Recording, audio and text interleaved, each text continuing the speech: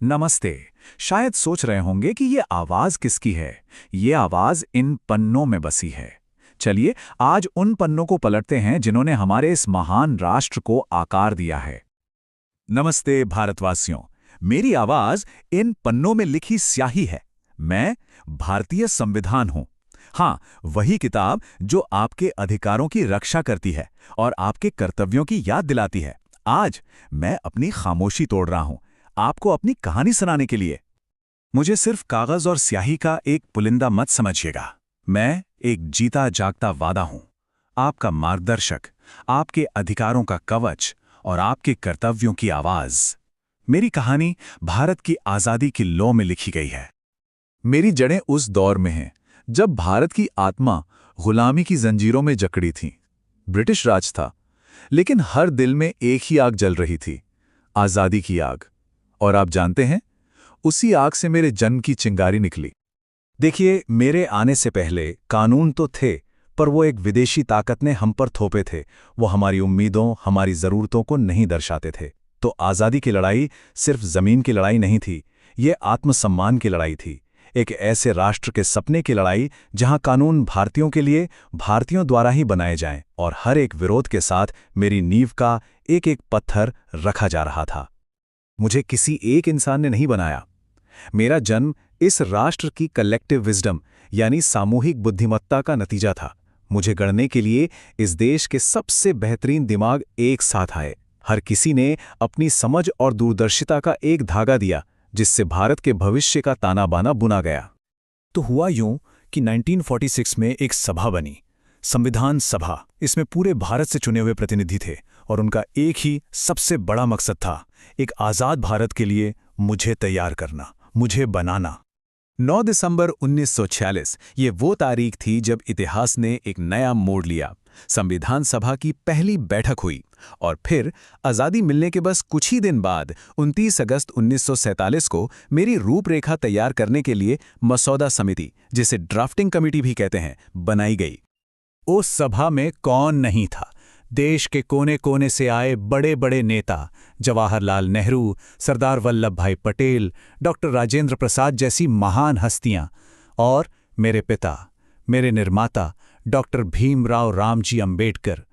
उन्हें ही drafting committee का अध्यक्ष बनाया गया था और उनकी ही दृष्टि ने मेरे हर एक शब्द को दिशा दी। मुझे बनाना सिर्फ कानून लिखना नहीं था, नहीं, ये तो भारत की आत्मा को शब्दों में पिरोने जैसा था। एक ऐसी आत्मा जो हजारों साल पुरानी सभ्यता और आने वाले हजारों सालों के सपनों को एक साथ जोड़ सके। डॉक्टर अंबेडकर और पूरी सभा ने मुझे एक आकार दिया, शब्द दिए और एक आत्मा दी। आपको पता है इस पूरी प्रक्रिया में कितना समय लगा? पूरे 2 साल, 11 महीने और 18 दिन। हर एक दिन, हर एक पल भारत के भविष्य पर तीखी बहसों में, गहरे चिंतन में और बड़े बड़े समझौतों में गुजरा। इस महान काम पर उस जमाने में लगभग 64 लाख रुपए का खर्च आया, लेकिन जो चीज बनकर तैयार हुई वो अनमोल थी। एक ऐसा दस्तावेज जो हर नागरिक को बराबर समझे और सबको न्याय का वादा करे। उन्होंने मुझे जो आत्मा दी वो 3 मजबूत स्तंभों पर खड़ी थी: समानता, स्वतंत्रता और बंधुत्व। यही वो आदर्श हैं जो आज भी इस महान देश को एक धागे में पिरो कर रखते हैं। और फिर इतने सालों के मेहनत के बाद वो दिन आया जब एक नए भारत का जन्म हुआ।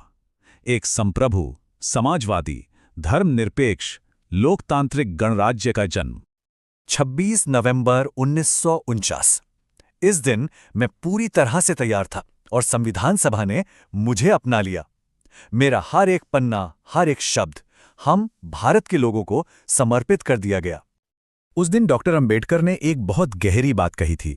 उन्होंने कहा था, राजनीतिक लोकतंत्र तब तक नहीं टिक सकता जब तक उसकी नींव में सामाजिक और आर्थिक लोकतंत्र न हो। ये एक वाक्य मेरी आत्मा का सार है। और फिर इंतजार खत्म हुआ। 26 जनवरी 1950 को मैं जीवित हो उठा। जी हां, वही दिन जिसे आज हम सब गणतंत्र दिवस के रूप में मनाते हैं। उस दिन भारत सही मायनों में अपने लोगों का, लोगों के लिए और लोगों द्वारा चलने वाला राष्ट्र बना। पर मेरी कहानी इतिहास के पन्नों में खत्म नहीं होती। मैं एक जीवित दस्तावेज हूं जो आपके साथ, इस देश के साथ हर पल आगे बढ़ता है। मैं आज की रक्षा करता हूं, आने वाले कल का मार्गदर्शन करता हूं और उस बड़ी जिम्मेदारी की याद दिलाता हूं जो आज़ादी के साथ आती है। तो मुझे सिर्फ शब्द मत समझता। क्योंकि मैं सिर्फ शब्द नहीं, मैं आपका भविष्य हूं। तो हमेशा याद रखना, मैं एक ऐसा वादा हूं जो दोनों तरफ से काम करता है। मैं ही वो किताब हूं जो आपके अधिकारों की रक्षा करती है, और मैं ही वो आवाज हूं जो आपको आपके कर्तव्यों का पाठ पढ़ाती है। ये दोनों एक ही सिक्के के दो पहलू हैं, जो एक मजबूत और न्यायपूर्ण राष्ट्र की नींव हैं। मुझे याद रखना, मुझे समझना, मुझे जीना, क्योंकि मुझ में ही इस महान राष्ट्र का आज और कल समाया हुआ है। जय संविधान, जय भारत।